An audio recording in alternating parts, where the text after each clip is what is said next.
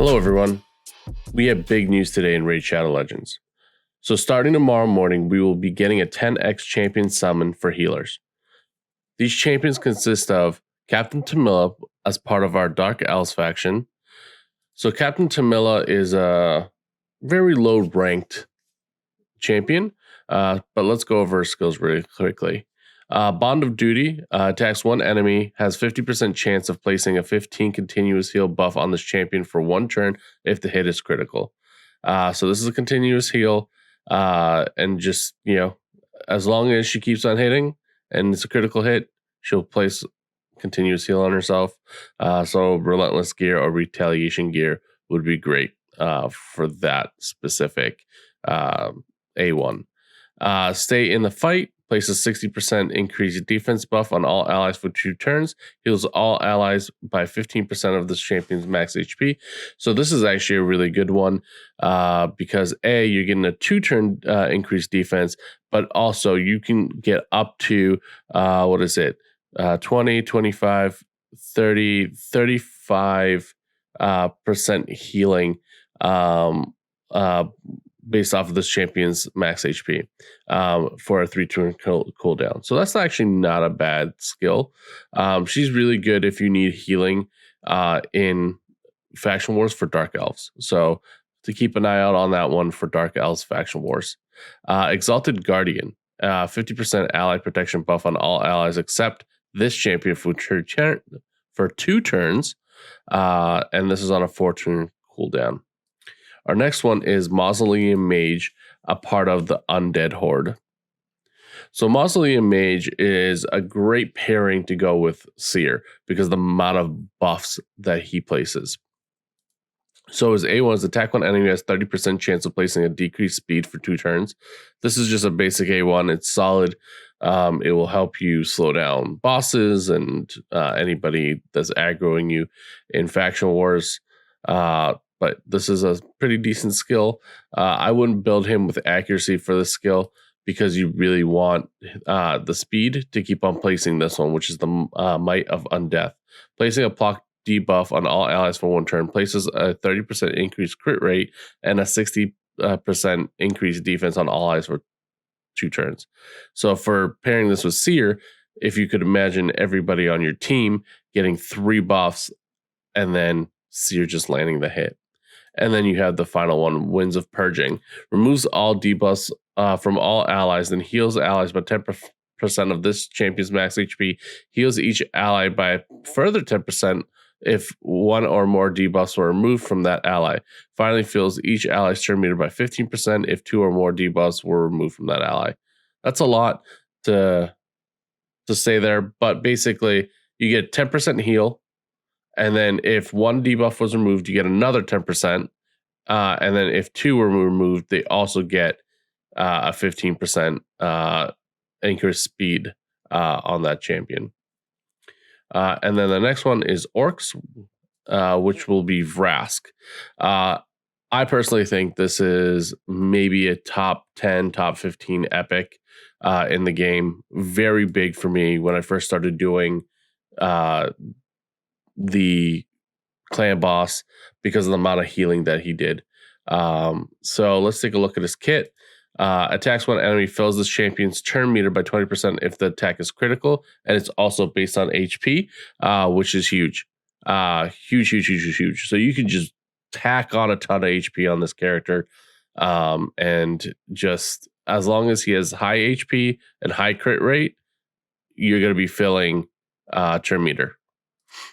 Attacks one enemy, damage based on HP again, and this is the big one. Relentless set on this guy is amazing. Retaliation is amazing because his passive is cannibalism. Heals all allies by 10% of his max HP when inflicts a critical hit. So again, high HP, high crit rate. That's really all you need. Obviously defense for a little bit more sustain, but those are the major keys. You want 100% crit rate. That is the most important because this guy will consistently keep hitting the boss or minions before the boss to heal your champions. So super huge, super big on this guy. All right, and so the last epic on the list is Cardinal. Cardinal for me was huge for completing Sacred Order. Simply just revives. That is her job. She revives, and it's pretty great. So let's take a look at her kit real quick. So she has 10 attacks one enemy, has 10% chance of placing a 5% poison debuff for 2 turns. All right, I mean that's okay. Heals target ally by 30% of their max HP. There's the key there. Places 60% increased defense for 2 turns. This is pretty solid on a 3-turn cooldown. So that's pretty great. But it's this one. It's Redemption. Revives all allies, heals them by 20%, 25% of their max HP, and boosts their turn meter to max. So could you imagine you have a champion die, they get rezzed by her, and they have a full turn meter? That's incredible. If you don't have her and you're struggling with Sacred Order, she's the one. And this is on a 5-turn cooldown. All right, so let's go hit the legendaries. So our first legendary will be in the Undead. It will be Battlecazar. This guy I've been hunting for basically when I started Raid Shadow Legends. Like from his aesthetic to his kit, pairing him with like a Mausoleum Mage and a Seer. Total devastation. So let's take a look at the kit. Attacks all enemies, heals this champion and all allies by 20% of damage inflicted. That's ridiculous. His A1 is ridiculous. Malice removes all debuffs from all allies, places 15% continuous heal buffs on all allies for 2 turns, places 2 poison debuffs on all enemies for 2 turns. I mean, that's ridiculous. That's ridiculous. All allies on his passive, all allies inflict 20% more damage against target under poison debuffs. Yeah, so this is a 3-turn cooldown. This is just relentless healing. I mean, incredible. So yes, Battlecazar is one that I will be pulling for tomorrow. The next one is a high elf. So let's go over to high elves. So we're looking for Sharamani.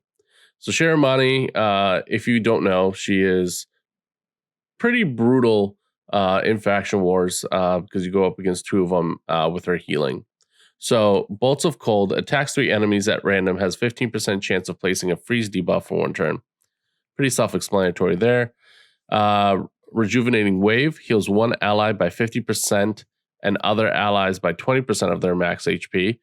Places a 15% continuous buff for 2 turns on targets with full HP. All right. Nothing special. 4-turn cooldown. Ice Storm attacks all enemies, has 80% chance of placing freeze debuff for 1 turn, fills champion's turn meter by 10% for each enemy attacked. And that's on a 5-turn. Nothing special there.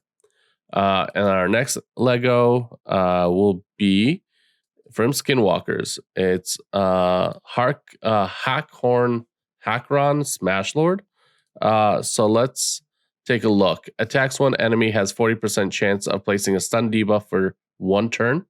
This is based on HP, so that's a nice little control piece. Removes all debuffs on his A2 from all allies, then places a block debuffs on all allies for 2 turns. Heals all allies by 15% of this champion's HP. Heals each ally by an extra 10% of this champion's max HP for each debuff removed from them. So that's pretty big. This guy is a solid faction wars healer. I wouldn't use him outside of faction wars, but he's solid for faction wars.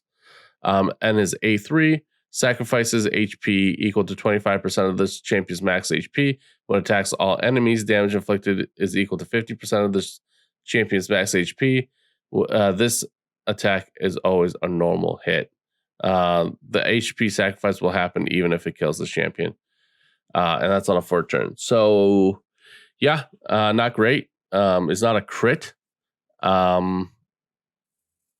I would not use this specific skill. I would specifically stick with the A2 on this one. And he has a 33% aura in the dungeon. All right, and last and not least, let's go take a look at orcs, and we're going to go look at Warlord. So Warlord, undoubtedly one of the best void epics for legendaries in the game, and there's a reason for that. So let's take a look at it. Attacks one enemy has 25% chance of increasing the duration of all debuffs by 1 turn. So that's like a mini Vizier overless, because Vizier has a chance for every hit, and he has a 3 hit on his A1. So that's bludgeon. That's his A1. So that's pretty solid. You can get that all the way up to 40% as well. His A2 places a block debuffs buff on all allies for 1 turn, then places a shield buff on all allies equal to this champion's 30% of this champion's max HP for 2 turns. Heals all allies by 25% of their max HP. All right, that's pretty solid. So you get a buff debuff, 30% shield off this guy's max HP, and you get 25% healing off of your champion's max HP. That's pretty cool.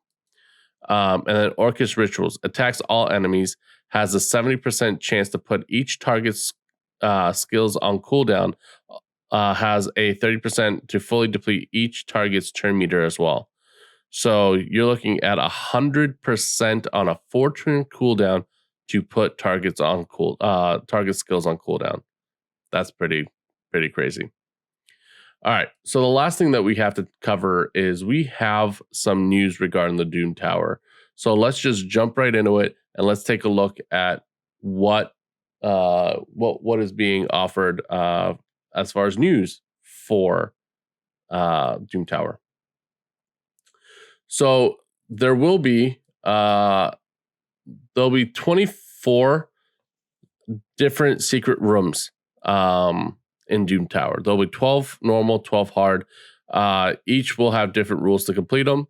Secret rooms are completely optional and don't need to be completed to progress in the Dune Tower. They'll be unlocked as you climb each floor 1 by 1. So it's every 5 floors.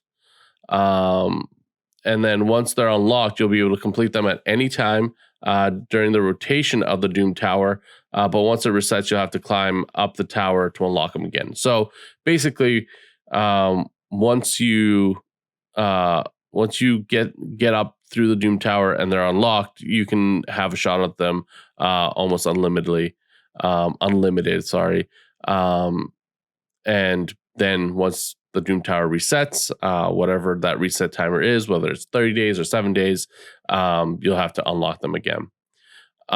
It costs 1 silver key to enter a secret room, but like the rest of the tower, you won't actually lose the key if you fail to beat the secret room. And then you'll only get rewards for being in the secret room once per rotation, so you can't farm it. But after you beat the room, you still be able to rerun it as many times as you want. It won't cost you any keys. There will be no subsequent rewards for farming secret rooms. So like I said, you don't get any rewards for finishing it. But basically, you'll be able to go in and kind of fine tune each specific secret room so that you can be as efficient as possible in that room. So basically, beating the secret rooms is going to get you silver keys used to farm mini bosses and final boss floors. So silver keys are important because mini boss and final bosses, right? And then you get exclusive champion fragments. Getting these fragments from the secret room will be the way that you get your hands on unique champions. You won't be able to summon them, and you won't be able to get them through any other means. So there are actually champions tied to this in a fragment summon way. So let's take a look at the rules. So basically, this is what you need to start thinking about when you're going to be doing Dune Tower. So start preparing now. So basically, Secret Room 1 is rare champions. They don't specify which rare champions. I'm just guessing just rare champions. So get your rare champions. Secret Room 2 is Bannerlord's faction. Secret Room 3 is attack champions only. Secret Room 4 is Magic Champions. Secret Room 5 is Epics. Then you have Secret Room 6, which is Spirit. And then Room 7 is Skinwalkers. Room 8 is HP Champions. Room 9 is Dwarves Faction. Room 10 is Force Champions. Room 11 is Secret Order Factions. And Room 12 is Void Champions. And this is on normal. Hard will have its own, but this is for normal. So start working on your Bannerlord, start working on your rares, start working on your attack, magic, epic, spirit, skinwalker, HP, dwarves, force, sacred order, and void champions. So you guys know what to work on. Get cracking on it because Dune Tower is right around the corner. So again, just build, and I'll catch you on the next one.